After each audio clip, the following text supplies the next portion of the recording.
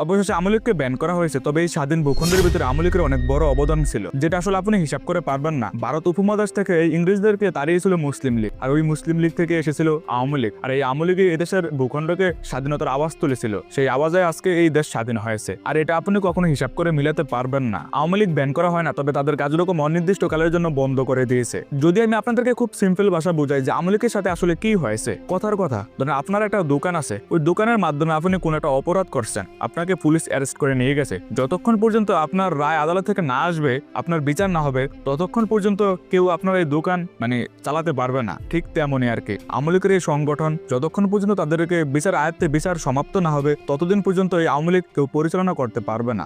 অনির্দিষ্টকালের জন্য বন্ধ করে দিয়েছে আর কি। যতদিন পর্যন্ত বিচার না হবে, ততদিন পর্যন্ত কেউ এটাকে পরিচালনা করতে পারবে না। অন্তর্বর্তীকালীন সরকার যদি এই কাজটা না করতো, তাহলে আওয়ামী লীগ এই দলটাকে অন্য কেউ এসে পরিচালনা করতে পারতো, যার বিরুদ্ধে কোনো কেস মামলা বা কোনো কিছুই নাই। একজন সাধারণ মানুষ এসেও চাইলে এই দলটাকে পরিচালনা করতে পারতো, কিন্তু এখন আর এই অপশনটা নাই। তবে এখানে শেষ একটাই কথা, আপনার পাওয়ার যতই হোক, আপনি কর্মফল ফিরে পাবেন। ঠিক আওয়ামী লীগ এটাই পেয়েছে, তাদের কর্মফল আওয়ামী লীগ ফিরে পেয়েছে, তাছাড়া আর অন্য কোনো কিছুই না। আর ভিডিও যদি ইনফরমেটিভ মনে হয় অবশ্যই লাইক করবেন, আর আমাদেরকে সাবস্ক্রাইব করে পাশে থাকুন।